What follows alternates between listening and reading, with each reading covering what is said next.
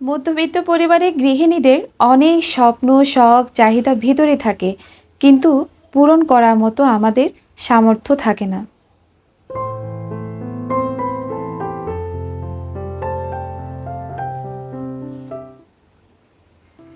আসসালামু আলাইকুম, কেমন আছেন সবাই? আমি স্মৃতি, বাংলাদেশি প্রাণী শহর ঢাকা থেকে বলছি। যে যেখান থেকে আমার আজকের ভিডিওটি দেখছেন, আই হোপ আপনারা সবাই ভালো আছেন। ভিডিওটি লাস্ট পর্যন্ত দেখবেন, যদি ভালো না লাগে তাও দেখবেন। দেখতে দেখতে আমার ভিডিওগুলো আপনাদের ভালো লেগে যাবে। আমাদের সবারই ইচ্ছা থাকে নিজের মতো করে নিজের সংসারটাকে গুছাবো, কিন্তু সামর্থ্যের কাছে আমরা মধ্যবিত্তরা বারবারই হেরে যাই। না পারি নিজের জন্য কিছু করতে, না পারি সংসারের জন্য কিছু করতে। আমি আপনাদের কাছে ছোট্ট একটা মেসেজ করে যেতে চাই। আমি যেভাবে আমার সংসারটাকে গুছিয়ে নিয়েছি, আমি প্রথম দিকে কোনো কিছুই নিজের জন্য করতে পারিনি, কিন্তু একটা ছোট্ট কৌশল অবলম্বন করে আমি এই প্রত্যেকটা জিনিস নিজের সংসারের জন্য আস্তে আস্তে করতে শিখে গেছি। আজকে আপনাদের ভিডিওতে এটাই বলে দিব যে আমি কিভাবে এগুলো করে থাকি। ভিডিওতে দেখানো প্রত্যেকটা জিনিসের দাম আমি আপনাদের শেয়ার করছি, এতে করে আপনাদের অনেক উপকার হবে যারা নিতে চাচ্ছেন। এই 6 পিস গ্লাস সেটের দাম আমার কাছে নিয়েছে 3000 টাকা।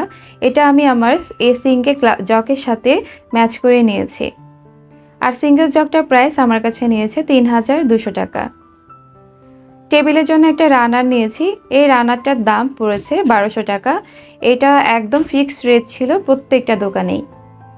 রানারটা আমি ম্যাচিং করে নিয়েছি আমার গ্লাস জগ আর আমার পর্দার সাথে। এখানে যে গোল শেডটা আছে, এই গোল শেডের সাথে আমার সব কিছু ম্যাচিং হয়ে গেছে। রানারটা আমার কাছে খুব পছন্দ হয়েছে। আপনাদের কাছে কেমন লেগেছে অবশ্যই আমাকে কমেন্টসে জানাবেন। আর এখান থেকে নিয়েছি 8 পিস। এই 8 পিস প্রাইস নিয়েছে 900 টাকা। এটাও একটা ফিক্সড প্রাইসই ছিল। আর এই প্রত্যেকটা জিনিস আমি নিয়েছি ঢাকা নিউ মার্কেট থেকে। এখনও পর্যন্ত যারা আমার সাথে আছেন আপনাদের সবাইকে অসংখ্য অসংখ্য ধন্যবাদ। যারা আমার চ্যানেলটিকে সাবস্ক্রাইব করেননি, প্লিজ চ্যানেলটিকে সাবস্ক্রাইব করে দিবেন আর একটা ভিডিও নিচে লাইক করবেন। ভিডিওটি থেকে যে কোনো একটা অংশ নিয়ে আপনারা আমাকে কমেন্টস করবেন, এতে করে আমার খুব ভালো লাগবে। টেবিলটা গোছাতে সাহায্য করছে আমার ছোট বোন। চলেন সেই সুযোগে আমি আপনাদের সাথে শেয়ার করে দিচ্ছি আমার সেই ছোট্ট ট্রিক্স, কিভাবে নিজের সব স্বপ্ন শখ কিছু পূরণ করছি।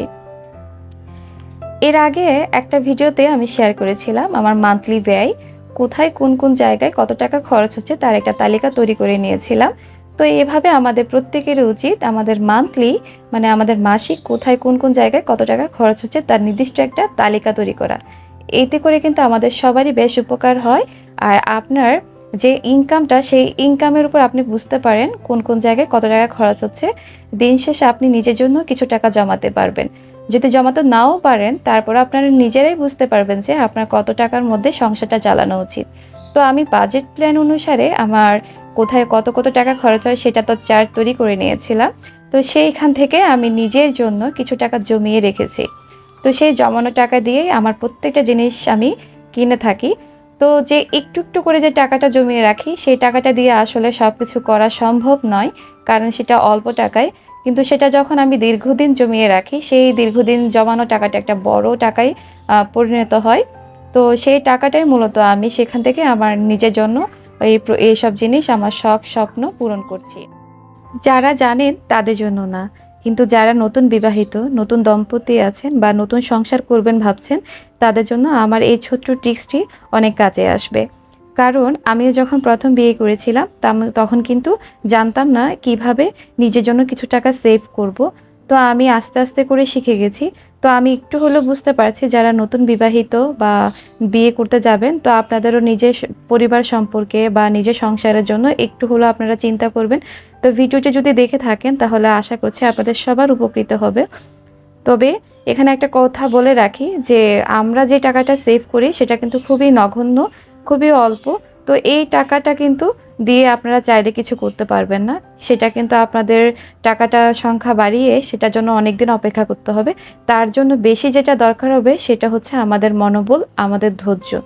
সংসার জীবনে আমাদের সবার থাকতে হবে ধৈর্য। যদি ধৈর্য না থাকে তাহলে কিন্তু সেই সংসারে সব সময় মনে হবে যে একটা অশান্তির মধ্যে আছি। কারণ মধ্যবিত্ত পরিবার মানেই হচ্ছে টাকার সমস্যা থাকবে, সেটা মাথায় নিয়ে আমাদের চলতে হবে। আর স্বামী স্ত্রী দুজনে যদি আমরা মিলিত থাকি বা স্ত্রী যে চিন্তাটা করছেন সেটা যদি স্বামীও সেম চিন্তা করে থাকেন, বা সংসারটা কিভাবে গুছাবেন সেটা নিয়েও যদি আপনাদের দুজনের সমান একই রকম চিন্তা থাকে, তাহলে আমি বলবো যে আপনাদের সংসারের জন্য খুব তাড়াতাড়ি একটা সফল বয়ে আনবে আপনাদের চিন্তাভাবনাতে, আপনারা দুজনই সফল। তো আজকে হচ্ছে আমি করছি শুটকি ভর্তা। আমি চেয়েছিলাম পুঁটি পুঁটি যে চাপা শুটকি থাকে সেই শুটকি ভর্তা করব, কারণ দীর্ঘদিন ধরে ঈদের পর থেকে মাছ মাংস খেতে খেতে মুখে এমন অরুচি এসে গেছে যে আর কোনো কিছু খেতে ভালো লাগছে না। তাই আজকে আমি করে নিচ্ছি পুঁটি শুটকি, তো পাইনি, আজকে করে নিচ্ছি হচ্ছে বাঁশপাতা শুটকি। এই শুটকিটাও আমার অনেক ভালো লাগে। তো আমি কিভাবে করেছি আপনারা হয়তো দেখতেই পেরেছেন যে কথায় কথায় বলতে বলতে আপনাদের সাথে দেখিয়ে দিয়েছি। প্রত্যেকটা জিনিস আমি ভেজে তারপর হচ্ছে এটা বেটে নিয়েছি। আর এই ভর্তাটা কিন্তু অনেক ঝাল হয়, যারা ঝাল খেতে পারেন না তারা হচ্ছে এই জায়গায় অল্প 2-1টা মরিচ নিয়েও এই ভর্তাটা করে নিতে পারেন। অনেকে আছেন শুটকি পছন্দ করেন, আবার অনেকে শুটকি পছন্দ করেন না। যারা শুটকি পছন্দ করেন না, আমি আপনাদের বলছি একটু হলেও আপনারা এটা করে বাসায় ট্রাই করবেন, খুব ভালো লাগবে এই ভর্তাটি। আর আজকের ভিডিওটি যদি আপনাদের ভালো লেগে যায় অবশ্যই চ্যানেলটিকে সাবস্ক্রাইব করে দিবেন। ধন্যবাদ।